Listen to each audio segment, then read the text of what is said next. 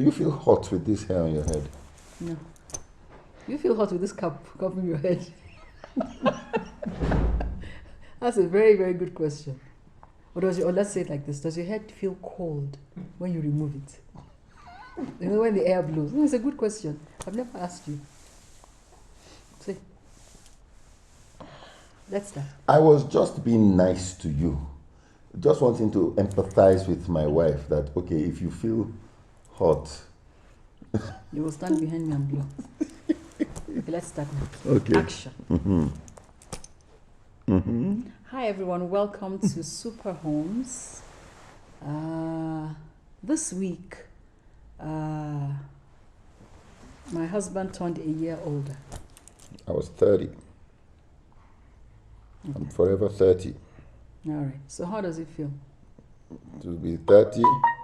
Oh gosh, why does this always happen when we're... To be 30 and to have a 27-year-old son. These things happen. Yeah, so... How does what feel? A year older. It was nice. It was a very normal day. What? You know, I think you have trust issues. Okay, go on. So, what are you scared about? I want you to sit. Why is the way I sit your problem? Because, okay, let me do like this. Why are you moving away? Okay.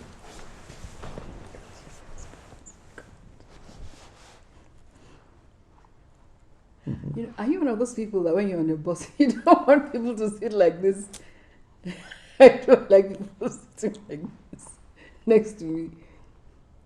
Just sit. I meant we sit like this. You sit like this. Okay, I sit like this. You sit like this. So that's what I meant.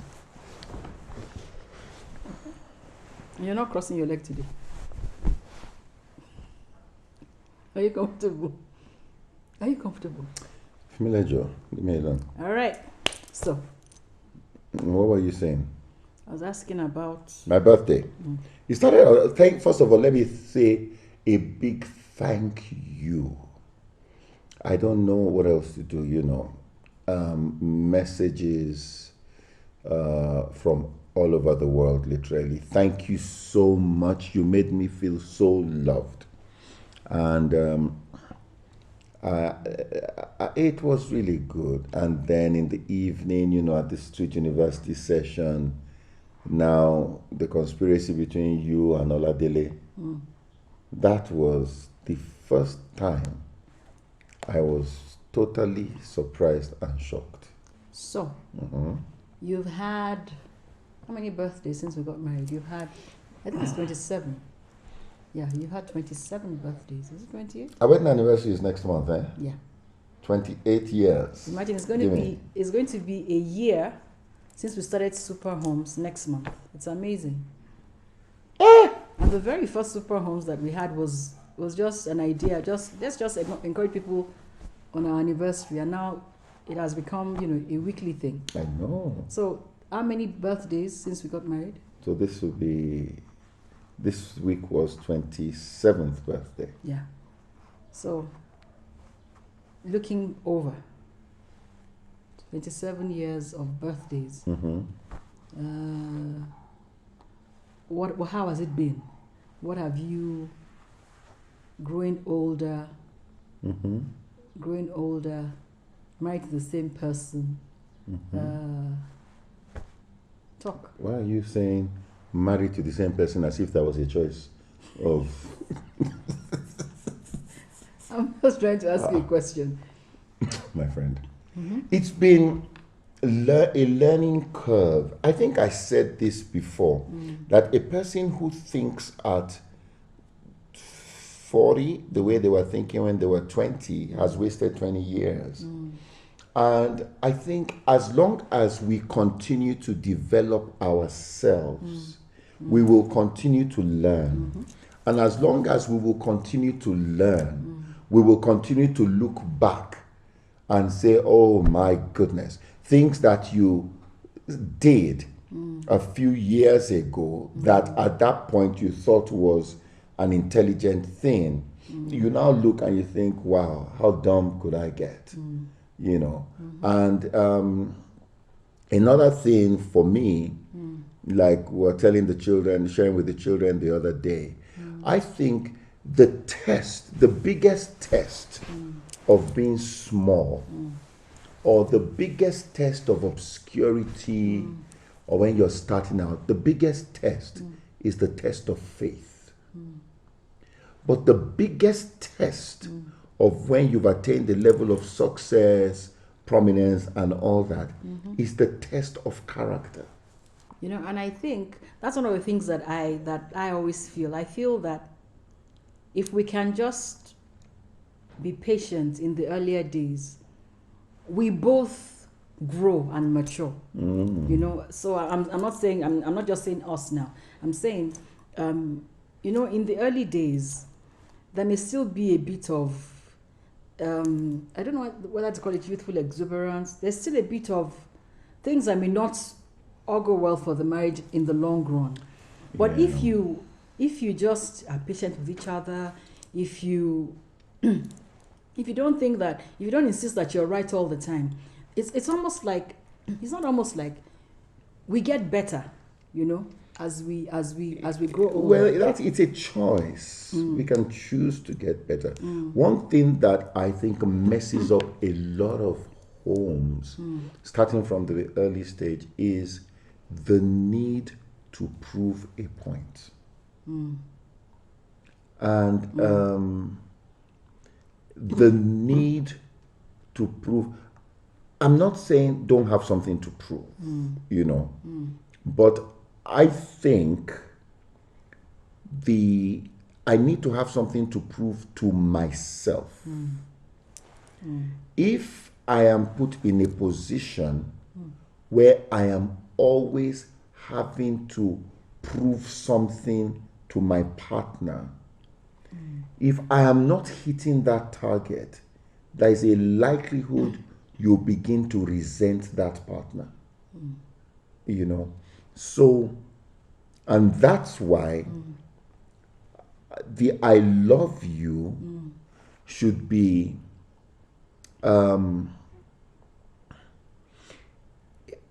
it should not be built around things, you know.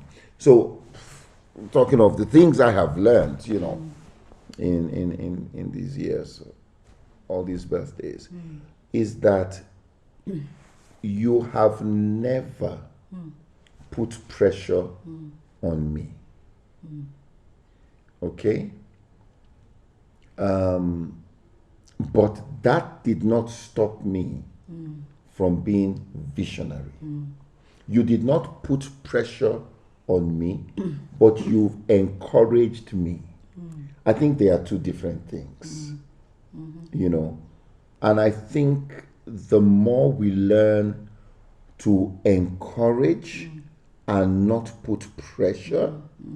Now, what you want the pressure, what you hope the pressure will accomplish, the encouragement will do it. That's a very good one. And when the encouragement does it, you see, the difference between pressure and the encouragement is that, yeah, you can put pressure on the guy or put pressure, and he has this, he wants to perform, or he's doing it for you. But the minute he accomplishes it, there is a likelihood he can resent you. You know, when we talk about pressure, it's usually in the area of success. It's in the area of success, of money, keeping up with the Joneses, pressure because of what, I don't know, that friend or that our friends are doing, pressure because of maybe what someone you saw, maybe on, I don't know, what someone saw on TV and all that. It's not that I didn't want to be married to a very wealthy man, but I understood that there was a process. So I have never looked at some other person and tried to make my husband be like them. I have never ever been that. Neither have I ever looked at anybody and thought I would now be like that. I've always, for whatever reason, I've always understood that our journeys are separate. I've had someone say, and it's true, that when you see people, you know, you can envy them from it. You don't know what they're going through. So it's important to be very careful not to want what they have, because you don't know how it is for them at home. You know, at the street university, we were hosting a friend of mine who she's been a friend for many years, and you know, she now told me that they went through so much. They had issues with debts, auctioneers coming, their staff leaving, they had tax issues, they had everything. The world was crumbling. And during that time when they were going through that, we were friends. But on the outside, it looked like, hey, these people got it all together. And that's why we have to be very, very careful. We have to be careful so you do not run your own relationship on the yardstick of another person's relationship. There's something we say in my language. I'll say it in Yoruba, then I'll say what it means. They say, kinwagwa lago. Shishe. Or something like that. That means you don't use someone else's time to tell what work you should do. You don't say, because my watch you don't know what they're going can through. be set to a different time zone. It may have stopped Or working. it may have stopped working. You know, yeah. So if you, and it's so bad, it's so important not to compare. Let's say you're single, and you have a friend who is married. Maybe maybe you're in your 20s. You're single. You have a friend who is married, and they are so lovey-dovey and all that. Don't make them your standard. That when I get married, I want to be like. You don't know what people are going through. Remember, we had a couple that we knew that when they are with us, they were so, nice and all that to each other. Yeah. And we thought, what a nice couple. And then one day, the guy was talking to me, and he was in very bad shape. And he said, do you know, she talks to me only when we're with you. That's why I like being with you people, so at least she can talk. And I said, we need to be careful. There is a difference between being happily married and socially married. A lot of what people are looking at is socially married. And so you find out a lot of these things can't stand the test of time. It can't stand the test of time. A socially married couple cannot stand the test of time. That's why they divorce after 5 years, or they can't stand the test of time. Happily married is only going to happen when you don't look out to determine progress inside. And when you care, talking about all these birthdays, when you care about what you can do to make the other person happy. Absolutely. What you can do to make the other person comfortable. It's very interesting about marriage. Marriage is supposed to be that we come together, we love each other, we watch out for each other, we make each other better so that our homes can be better. But as simple as what I've just said is, it does take a lot of work. It takes a lot of work not to only focus on myself, or you not to only focus on yourself. It takes a lot of work to get to the point where what gives you greater joy is that what gives me greater joy is that you are happy. Not that, yes, I don't care if anybody else is there. And that's so long as it's so important. That happens with us all the time. When I say, what can I do? Yeah. Every time my husband will say things like, what do you want me to, what will make you happy?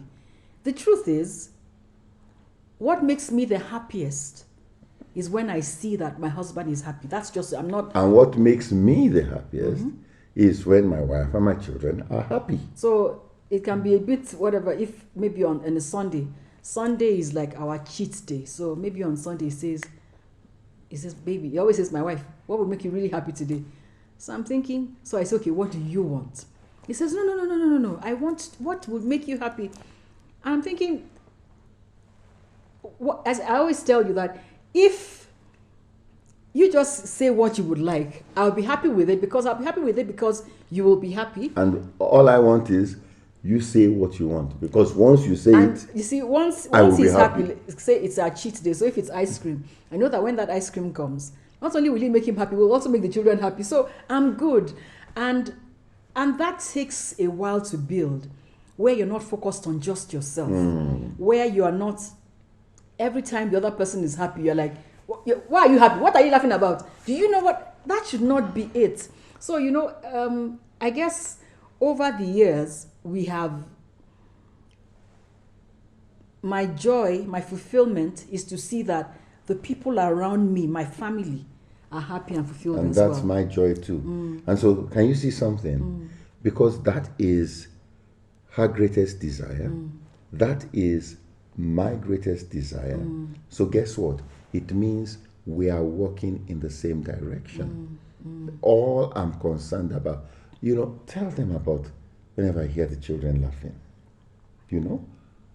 Sincerely, nothing makes me happy if we're just talking and one of the kids, maybe they're downstairs and they just start laughing. He turns to me and says, that's just music in my ears. Nothing makes me as happy as hearing my children laugh. And so you see, that it's not about you. His joy doesn't come from things.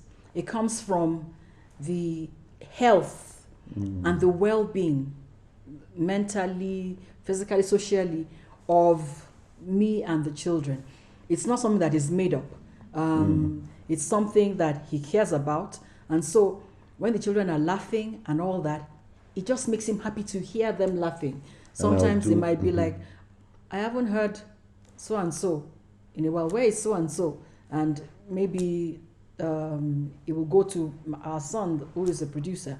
He's usually, doing music in his room, and his room is also his studio. So he will go in there and say, hey, are you all right? And all that. And they'll chat.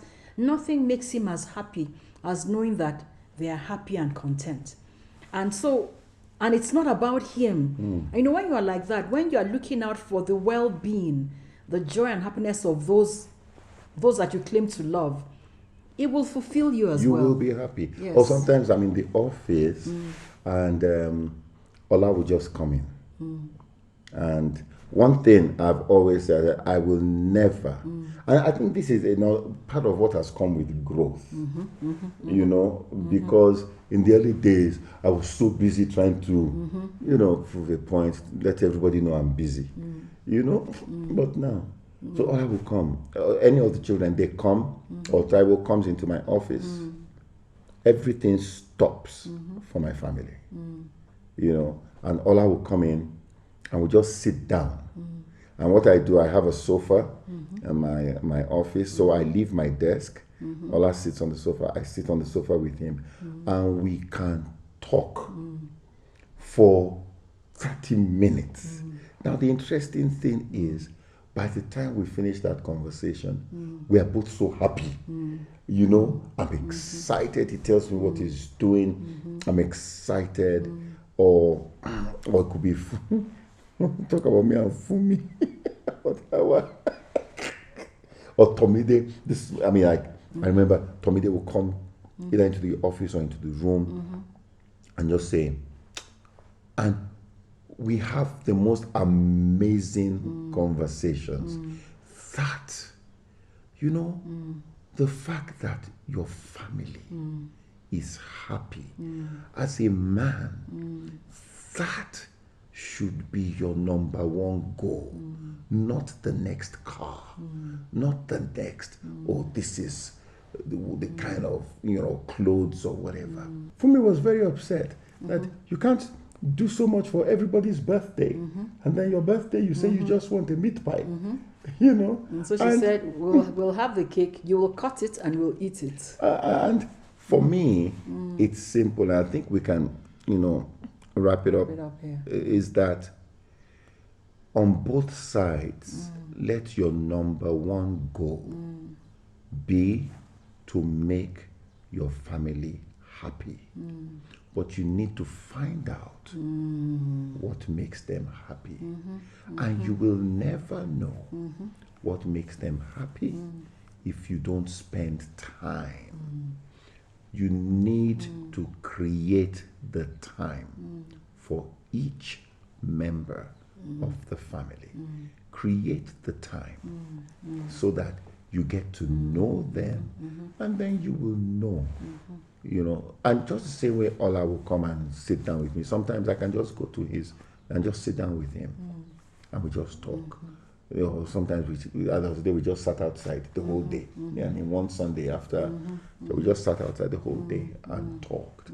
You know, so that is very important, because when you spend time with each member of the family, then you will realize a very interesting thing, that even though you are members of the same family, everybody is different. And so the approaches will be different. And so what you will do to make each person happy will be different. But it starts with create time. Because when all is said and done, family is all that you will have left. Yeah, you said it. Yeah, so let's pay more attention. Let's not make it just about us. Let's don't, as a wife, don't always be like, you don't let it be you're not giving me this, you're not doing this. Let it be more about what can I do to make him happy, you know. And I think a healthy family like that is so crucial. It affects mental health, not just being happy. It affects mental health, and I'm sure many of you know that mental health is now a major issue. It affects mental health. Everybody feels they are happy. It's not that they have every single thing they need, but they are happy. You know that you got their back. Yes, and that's so important. You got their back. That, I think, is important. I'm just looking for shout-outs for today. You know, and we just want to appreciate you, and please do us a favor. You do us a favor. Some people say, somebody wrote that I don't know when the shows come up. Just like and follow, and then you'll be able to click follow the page, Wale Akinyemi resource page, and then you'll be able to click on notifications. Okay. So that way, we come up every Friday at 1 p.m. East African time. That is 11 a.m. in Nigeria. You know, every Friday. But just click, and I think that would be really, really, really good. Want to do some shout outs that I see we have. Can you believe it? We are talking about 28 years, Taiwo. And we have our sister here, Unoma Osifo Iponmen. That's 40 years married in November. Yeah. We salute you. Just shout out to you, ma. That is we major. Salute you. 40 married years. 40 years, yeah. You know, we salute you. All right. There's Obi Isaiah. We salute you. Thank you for being here with us. I have to, I want to salute somebody who has been just so consistent. Pam Okech. Pam, you rock. No, Sunday, she's there commenting. Right, she's there. You totally rock. If there was a way I could get some of that birthday cake to you, I would have done it, but it has finished there. No. So much for, I don't want any cake. Just give me meat pie. Just give me meat pie. The cake is gone. And guess who ate it? No. Guess who when ate Fumi brought no, not a lot, because when Fumi brought that cake, half of it vanished in the fridge. Remember? Before it vanished, before the I took a little, half of it. I was going to send to some friends. Did you eat cake this morning? No. Did you eat cake this morning? All right, shout out. I've done the shout out to all the people I need to shout out. Notice that there's no comment. I just hate when people are just accusing. Accusing me of what I've already done. Huh? So Right. Pam, you're awesome. Thank you. So guys, that's it. We are so glad. So please share this around. Share. All right, let's share this. And follow all our other programs. We have the Sunday Common Sense on Sunday here on the resource page at 10 a.m. Yes, East at 10 African. a.m. That's 8 a.m. Nigeria. And then Street University is going on. We have our weekly open webinars, which are free on Tuesdays and Thursdays. So thank you so much. And let's keeping it real. God bless. Thank you.